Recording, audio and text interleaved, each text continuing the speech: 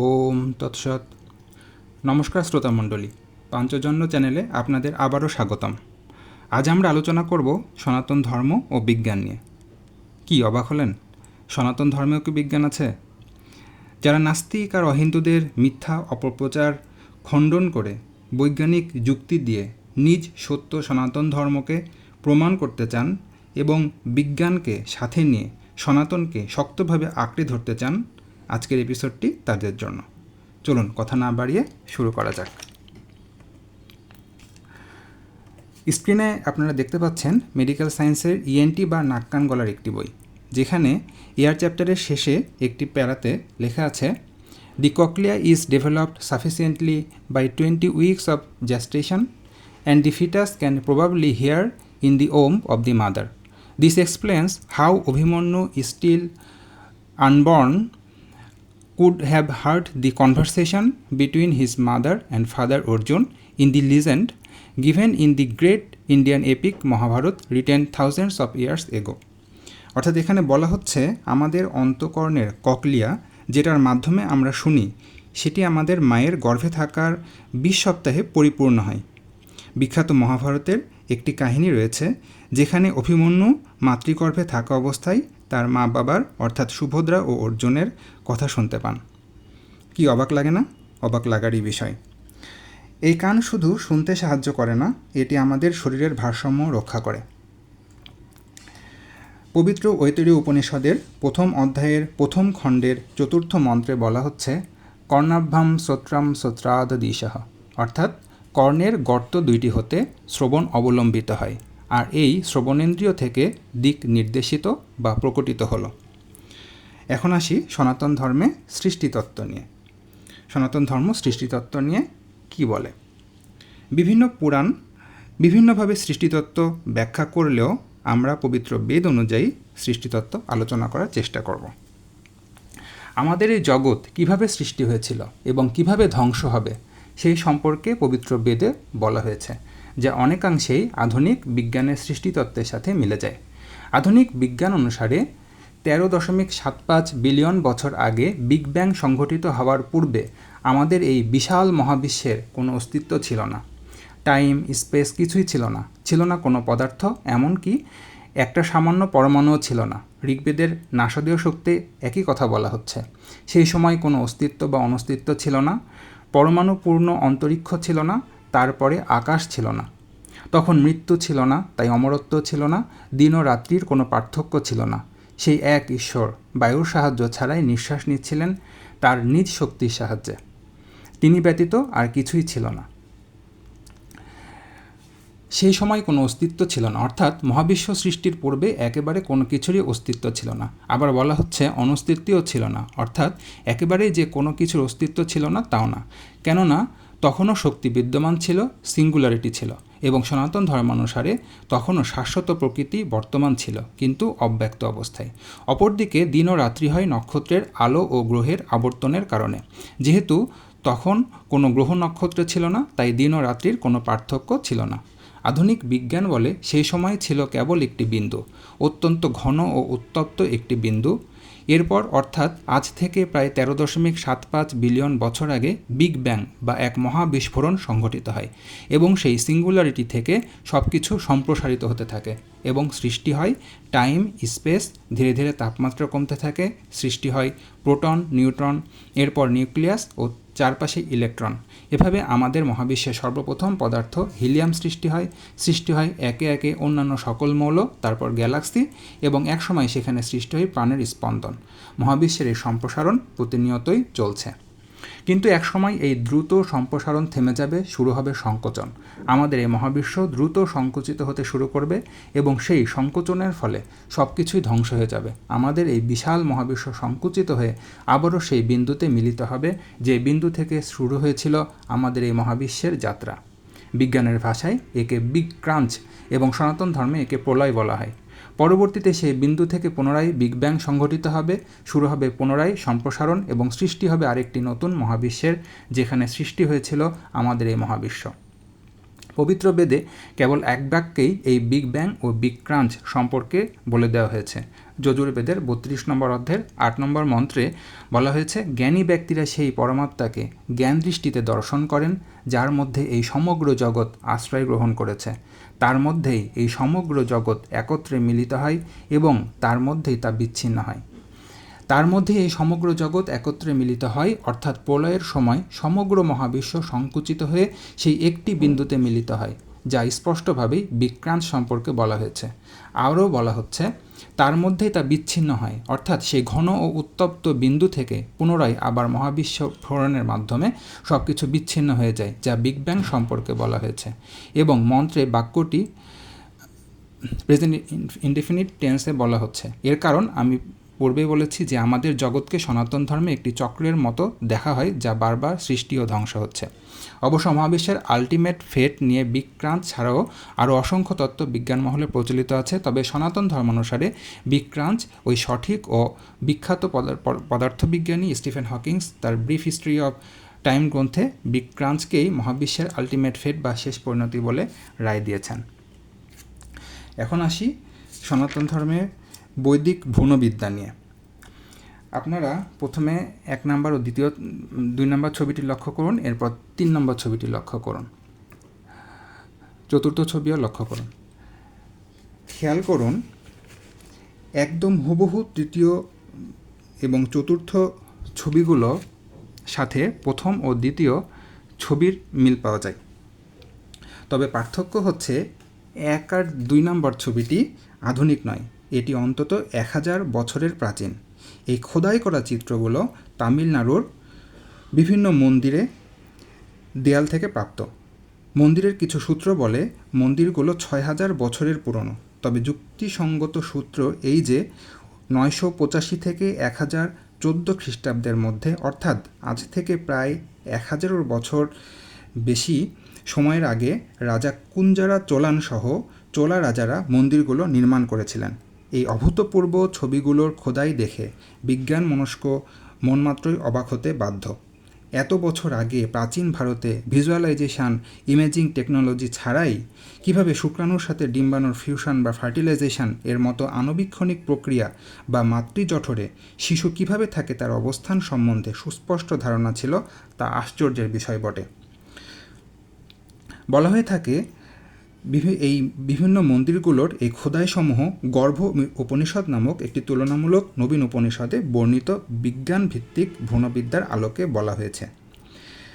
গর্ভোপনিষদ হচ্ছে এমন একটি উপনিষদ যা প্রধান 11টি বৈদিক উপনিষদের অন্তর্ভুক্ত নয়, এবং এটি উপনিষদ হলো এটি মূলত তৎকালীন একটি বৈজ্ঞানিক গ্রন্থ। কিভাবে মানবভ্রূণের সৃষ্টি হয়? অনেক সভ্যতাতেই পুরুষ বীর্যকেই মানবভ্রূণ বা শিশু সৃষ্টির উৎস হিসাবে ধরা হতো, কিন্তু উপনিষদে বলা হচ্ছে শুক্র অর্থাৎ পুরুষ বীর্য তথা শুক্রাণু ও শোণিতের অর্থাৎ স্ত্রী হতে আসা ডিম্বাণু মিলনেই গর্ভের সৃষ্টি হয়। একটা সময় মনে করা হতো কন্যা সন্তানের জন্য মহিলারা দায়ী, কিন্তু বিজ্ঞান প্রমাণ করেছে কন্যা সন্তানের জন্য ছেলে হোক বা মেয়ে হোক সেটা নির্ভর করে পুরুষের উপরে। দেখুন, গর্ভোপনিষদে এবং ঐতের উপনিষদেও সেটি বলা হচ্ছে। ঐতের উপনিষদে বলা হচ্ছে নিশ্চয়ই এই শিশু ঋতাত্মক বা পুরুষের শুক্রাণুরূপ অনুযায়ী স্থাপিত হয়। গর্ভোপনিষদে বলা হচ্ছে পিতার রেত বা শুক্রাণুর বৈশিষ্ট্যেই গর্ভরূপ জন্ম হয়। এরপরে আরও বিভিন্ন শ্লোকে বা মন্ত্রে বিভিন্ন সময়ে গর্ভের বিভিন্ন অবস্থায় কোন সময়ে কোন অঙ্গ প্রত্যঙ্গ উৎপন্ন হয় সেটি স্পষ্টভাবে বলা হচ্ছে। তো আধুনিক বিজ্ঞানের বর্ণনা অনুযায়ী অঙ্গ সৃষ্টির ক্রমটা এভাবে দাঁড়াচ্ছে: প্রথমে মুখ, তারপরে ভোকাল কর্ড বা স্বরযন্ত্র, এরপরে নাক, এরপরে চোখ, কান, ত্বক এবং শেষে হৃৎপিণ্ড।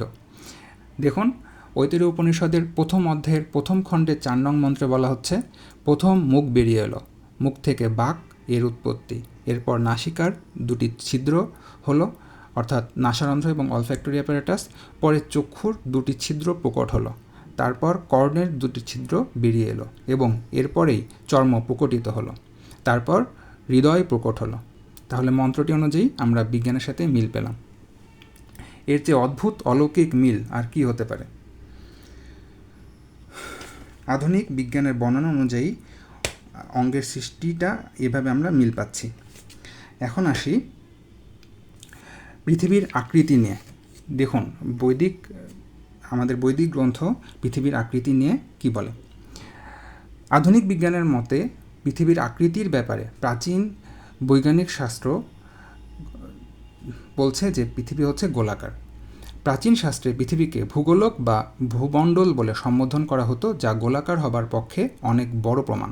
এ প্রসঙ্গে ঋগ্বেদীয় ঐতেরীয় ব্রাহ্মণে বলা হয়েছে, সেই আদিত্য বা সূর্য যিনি কখনোই অস্তমিত হন না, তিনি পূর্ব দেশে যখন দিবস তৈরি করেন, পরদেশে তখন রাত্রি ঘটান।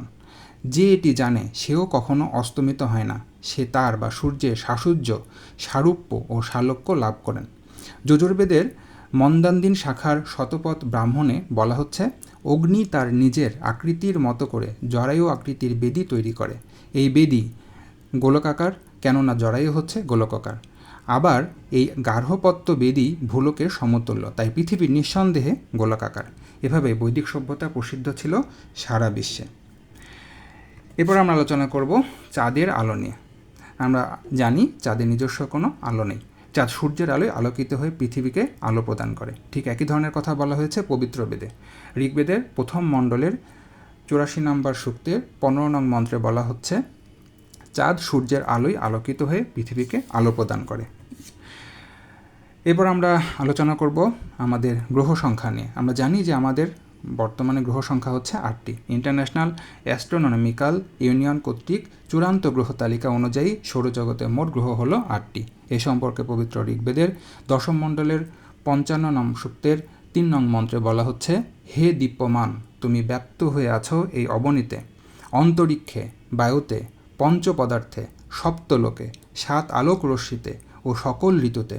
মন্ত্রে উল্লিখিত অবনী অর্থাৎ হলো পৃথিবী এবং সপ্তলোক অর্থ হলো 7টি গ্রহসমূহ, অর্থাৎ পবিত্র বেদে পৃথিবীসহ মোট 8টি গ্রহের কথা বলা হয়েছে। আমরা আলোচনা করব পরবর্তীতে সালোক সংশ্লেষণ সম্পর্কে। সালোক সংশ্লেষণ সম্পর্কে বিজ্ঞান বলছে, উদ্ভিদের ওপর যখন আলো এসে পড়ে তখন উদ্ভিদ তার মূল দিয়ে জল গ্রহণ করে এবং আমাদের জন্য খাদ্য ও জীবন অর্থাৎ অক্সিজেন সরবরাহ করে। এই সালোক সংশ্লেষণ প্রক্রিয়া সম্পর্কে ঋগ্বেদে বলা হচ্ছে, পবিত্র আলো যখন গাছের উপরে এসে পড়ে আর গাছ যখন তার পা অর্থাৎ মূল দিয়ে মাটি থেকে জল গ্রহণ করে, তখন এর মাধ্যমে আমাদের উপর খাদ্য ও জীবন বর্ষিত হয়, যা গোপন রহস্য। বর্তমানে এই গোপন রহস্যই সালোক সংশ্লেষণ নামে পরিচিত। ছবিতে দেখতে পাচ্ছেন একটি শিশু হলুদ হয়ে গেছে, অর্থাৎ শিশুটির জন্ডিস হয়েছে।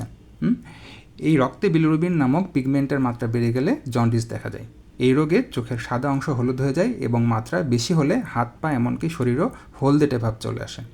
শিশুদের জন্ডিস রোগের প্রথম চিকিৎসা হিসাবে ফটোথেরাপি বা আলোক চিকিৎসা দেওয়া হয়। জন্ডিস ও এর নিরাময় সম্পর্কে পবিত্র অথর্ববেদে বলা হচ্ছে, তোমার দেহকে হলুদ রঙের করে দেওয়া রোগটি উদীয়মান সূর্যের রশ্মিতে নিরাময় হোক, আমরা তোমাকে সূর্যের আলোতে যত্নে শুইয়ে দিই। এরপর আমরা আলোচনা করব সূর্যগ্রহণ নিয়ে। পবিত্র ঋগ্বেদের 5ম মণ্ডলের 40 নং সূক্তের 5 নং মন্ত্রে বলা হচ্ছে, হে সূর্য, যাকে তুমি তোমার নিজ আলো উপহার স্বরূপ প্রদান করেছ অর্থাৎ চাঁদকে, তার দ্বারা যখন তুমি আচ্ছাদিত হয়ে যাও তখন আকস্মিক অন্ধকারে পৃথিবী ভীত হয়ে যায়। আমরা জানি আলোর 7টি রশ্মি রয়েছে। এ সম্পর্কে বলা হচ্ছে সামবেদে। সূর্য সৌরমণ্ডল রূপ রথকে পতিত হওয়া থেকে রক্ষার জন্য 7টি রঙের শোধনকারী কিরণকে পৃথিবী প্রভৃতি গ্রহ উপগ্রহের সাথে যুক্ত করে। নিজের দ্বারা যুক্তকৃত সেই কিরণসমূহ দ্বারা সূর্য গ্রহ ভূমণ্ডল প্রভৃতি আলোকসমূহের উপকার করে। পবিত্র বেদে কিডনি বা বৃক্ক নিয়ে বলা হচ্ছে, অথর্ববেদে মানবদেহের বজ্র পদার্থ নিষ্কাশনকারী অঙ্গ হল বৃক্ক। পবিত্র বেদের আমরা জানি পবিত্র বেদ প্রথমে লিখিত ছিল না, এটি ছিল ভগবানের পরমেশ্বরের মুখনিসৃত বাণী এবং এটি প্রথমে শুনে শুনে মনে রাখা হতো, অর্থাৎ বেদকে বলা হতো শ্রুতি। পবিত্র বেদ সংরক্ষণ এই পদ্ধতিকে ইউনেস্কো স্বীকৃতি দিয়েছে। পবিত্র বেদদের সংরক্ষণ ও প্রচারের জন্য ঋষিদের পরিবার ও বংশধরদের 1131টি শাখা ছিল, যারা বেদ মুখস্থ করতেন অসাধারণ কিছু সায়েন্টিফিক ও ম্যাথমেটিক্যাল উপায়। পবিত্র বেদ এই অভূতপূর্ব প্রক্রিয়ায় এক ঋষি হতে আরেক ঋষিতে বাক্য আকারে প্রবাহিত হতো। আর বেদের এই অভূতপূর্ব সংরক্ষণের কারণে 2003 সালের 7 নভেম্বর ইউনেস্কো পবিত্র বেদ সংরক্ষণ এর এই বিস্ময়কর পদ্ধতিকে masterpiece of the oral and ইন্টেনজিবল heritage of humanity হিসাবে আখ্যায়িত করে। আমরা জানি দেবভাষা হলো সংস্কৃত। এই ভাষার ব্যাকরণ এত নিখুঁত যে কম্পিউটার প্রোগ্রামিং ল্যাঙ্গুয়েজ হিসেবে ব্যবহার করা হয়েছে। এছাড়া আমি অত্যন্ত সংক্ষেপে বৈদিক বিজ্ঞানগুলো নিয়ে আলোচনা করলাম, কিছুটা আলোকপাত করার চেষ্টা করলাম। এছাড়া প্রাচীন ভারতীয় বিজ্ঞানীদের গণিত ও জ্যোতিষশাস্ত্রে অসংখ্য অবদান রয়েছে, যেমন আর্যভট্টের শূন্যের আবিষ্কার, পায়ের নিখুঁত মান নির্ণয়, আর্যভট্ট বরাহমিহিরের 16 বছরের নিখুঁত গণনা এবং ব্রহ্মগুপ্তের বীজগণিতের আবিষ্কার। এছাড়াও অসংখ্য কিছু ভারতীয় বিজ্ঞানীদের আবিষ্কার নিয়ে আলোচনা হবে পরবর্তী কোনো এপিসোডে। তথ্যসূত্র হিসাবে আমি বিভিন্ন গ্রন্থ, ওয়েবসাইট, বিশেষ করে বাংলাদেশ অগ্নিবীরের বিজ্ঞান বিষয়ক প্রবন্ধগুলো সংগ্রহ করেছি। ওয়েবসাইট থেকে আরও অনেক বিষয় বিস্তারিতভাবে আপনারা জানতে পারবেন, যেমন বৈদিক সংখ্যাতত্ত্ব, সূর্যের আলোতে বস্তুর প্রকাশ, পৃথিবী ও সূর্যের ঘূর্ণন, মহাবিশ্বের সময়কাল, ড্রাই সেল, দিনরাতের প্রক্রিয়া, বৈদিক জ্যোতির্বিজ্ঞান ইত্যাদি ইত্যাদি।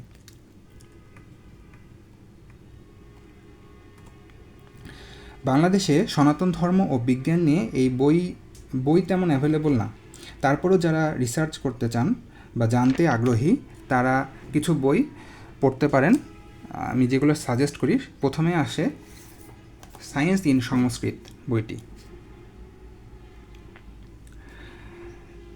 গুগল থেকে বইটি নামিয়ে আপনারা ডাউনলোড করে অথবা হার্ড কপি করে পড়তে পারেন।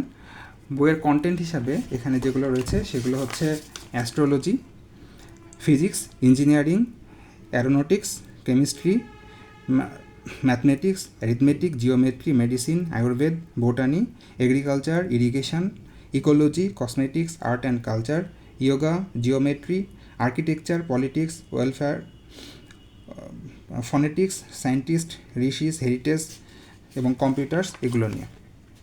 বইটা যদি একটু দেখাই, এখানে মূল সংস্কৃত শ্লোক, এরপরে এগুলো হচ্ছে ইংলিশে ট্রান্সলেট করে দেওয়া হয়েছে। এরপরও দ্বিতীয় যে বইয়ের কথা আমি সাজেস্ট করতে চাই সেটি হচ্ছে